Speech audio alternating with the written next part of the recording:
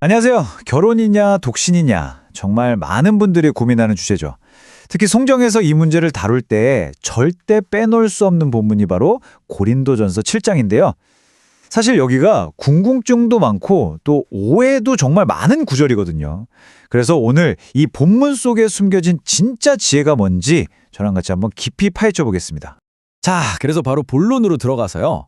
결혼이 더 좋은 걸까요? 아니면 독신이 더 나은 걸까요? 이건 교회 안에서 거의 단골 논쟁거리잖아요. 오늘 저희는 그 논쟁의 한복판에 있는 고린도전서 7장, 그중에서도 8절과 9절을 통해서 사도 바울이 진짜 하고 싶었던 말이 무엇이었는지 한번 명확하게 짚어보려고 합니다. 우선 8절부터 시작해 볼게요. 바울이 여기서 나와 같이 그냥 지내는 것이 좋다라고 말하는데 와, 이 한 문장에 담긴 의미가 우리가 생각하는 것보다 훨씬 깊고 또 넓습니다. 한번 자세히 들여다보시죠. 네, 바로 이 구절입니다. 오늘 우리가 파고들 핵심이죠. 내가 결혼하지 아니한 자들과 과부들에게 이르노니 나와 같이 그냥 지내는 것이 좋으니라. 이걸 딱 보면 바울은 무조건 독신으로 살라고 하는구나 이렇게 생각하기 쉽잖아요. 바로 여기가 우리의 탐구를 시작할 출발점입니다. 바울은 도대체 왜 이런 말을 했을까요? 자, 여기서부터 정말 흥미로운 지점이 나옵니다. 아가모이스라는 헬라어 단어 보이시죠? 우리 개역개정 성경에는 결혼하지 아니한 자들 이렇게 번역되어 있는데 학자들 사이에서는 이게 정확히 누구를 가리키는지 논쟁이 좀 있어요. 이게 그냥 말 그대로 한 번도 결혼한 적 없는 남성만을 뜻하는 거냐, 아니면 아내와 사별했거나 이혼한 남성, 그러니까 지금 혼자인 모든 남성을 포함하는 더 넓은 개념이냐 이거죠. 누구를 대상으로 하는 말이냐에 따라 메시지의 뉘앙스가 꽤 달라지겠죠?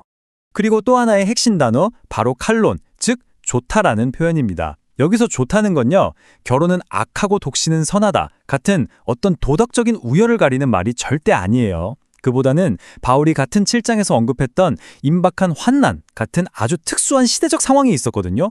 그런 상황 속에서 독신으로 지내는 게 사역에 더 집중하기에 유익하고 적절하다는 아주 현실적인 의미로 받아들이는 게 맞습니다.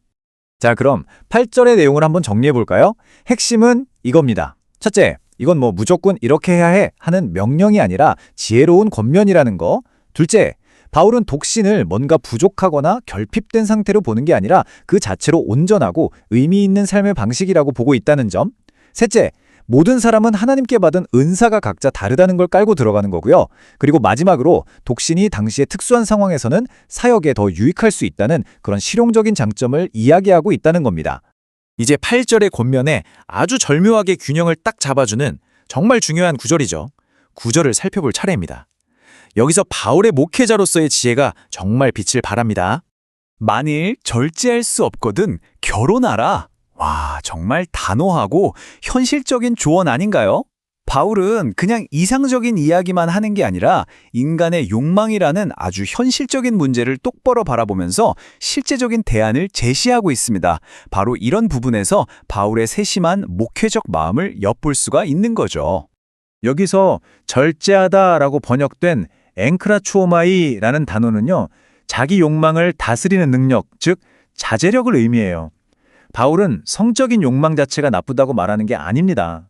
진짜 문제는 그게 통제되지 않아서 부도덕한 방향으로 흘러갈 때 생기는 거거든요. 그러니까 이 절제할 수 있는 은사가 있느냐 없느냐가 굉장히 중요한 분별의 기준이 되는 겁니다. 그리고 이 표현, 불같이 타는 것, 굉장히 극적이죠. 많은 분들이 이걸 무슨 지옥불에 대한 경고처럼 오해하기도 하는데요. 전혀 그런 뜻이 아닙니다. 헬라어 원어인 큐리스타이는요, 통제되지 않는 성적 열망 때문에 겪는 내적인 소진, 그리고 그로 인한 극심한 긴장 상태를 그림처럼 묘사하는 단어예요.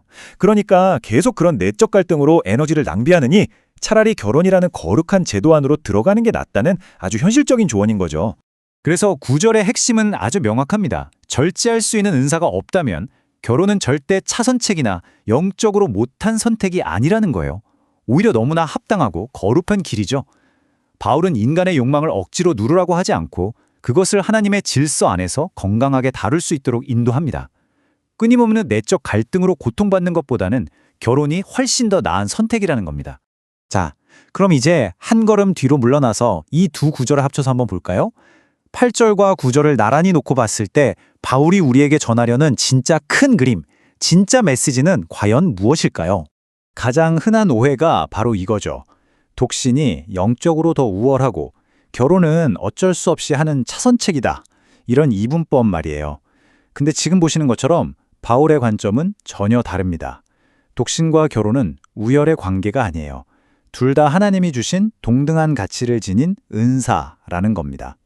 진짜 중요한 건 나에게 주신 은사와 부르심이 무엇인지 잘 분별해서 선택하는 것, 바로 그거죠. 사실 학교에서는 이 본문을 두고 지금 보시는 표처럼 몇 가지 논쟁이 계속되고 있어요. 첫째, 아가모이스가 호라비만을 뜻하는가 아니면 모든 비혼 상태를 포함하는가? 둘째, 독신이 정말 영적으로 더 우월한 상태인가? 셋째, 타는 것이 구체적으로 뭘 의미하는가? 하지만 지금까지 우리가 살펴본 것처럼 문맥 전체를 넓게 보면 결론은 꽤 명확해집니다.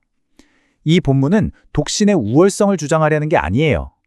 그보다는 각 사람의 은사와 상황을 깊이 고려한 아주 지혜로운 목회적 겉면으로 보는 게 훨씬 더 설득력이 있습니다. 결국 이 짧은 두 구절에 담긴 바울 신학의 핵심 기둥은 이 네 가지로 요약할 수 있습니다. 첫째, 모든 사람에게 똑같은 길이 주어진 게 아니라는 은사의 다양성. 둘째, 이상에만 머무르지 않는 절제와 거룩에 대한 현실적인 접근. 셋째, 독신은 결코 부족한 상태가 아니라는 독신에 대한 긍정적인 인정. 그리고 마지막으로 하나의 정답을 강요하지 않는 목회적 분별력입니다. 이 네 가지가 어우러져서 이렇게나 균형 잡힌 가르침을 만들어내는 거죠. 그렇다면 이 거의 2000년 전의 조언이 21세기를 살아가는 우리에게는 과연 어떤 의미가 있을까요? 이 가르침이 오늘날 우리 개인의 삶과 교회 공동체에 던지는 도전과 교훈이 무엇인지 한번 구체적으로 살펴보겠습니다. 이 본문은 오늘 우리에게 명확함의 네 가지를 요구하고 있습니다. 첫째, 제발 독신을 미완성이거나 실패한 상태로 보지 말자는 겁니다. 독신은 그 자체로 충분히 충만한 삶의 방식이 될 수 있습니다. 둘째, 결혼했냐 안 했냐로 사람의 영적인 수준을 판단하는 그런 어리석은 태도는 버려야 합니다. 셋째, 욕망을 무조건 억누르거나 반대로 그냥 내버려두는 게 아니라 하나님의 질서 안에서 성숙하게 다루는 법을 배우고 가르쳐야 합니다. 그리고 마지막으로 가장 중요한 것, 모든 사람에게 하나의 길만을 강요하지 않는 목회적 민감성입니다. 각 사람의 은사와 상황을 존중하면서 도와야 한다는 거죠. 그래서 마지막으로 이 질문을 여러분 각자에게 던져보고 싶습니다. 여러분이 지금 결혼한 상태이든 아니면 독신이든 혹은 다른 어떤 상황에 있든지 간에 바로 그 당신의 삶의 상태가 어떻게 하나님 나라를 위한 나만의 고유한 은사가 될 수 있을까요? 바울의 가르침은 바로 이 지점에서 우리의 진짜 고민을 시작하게 만드는 것 같습니다. 한번 깊이 생각해 보시는 시간이 되길 바랍니다.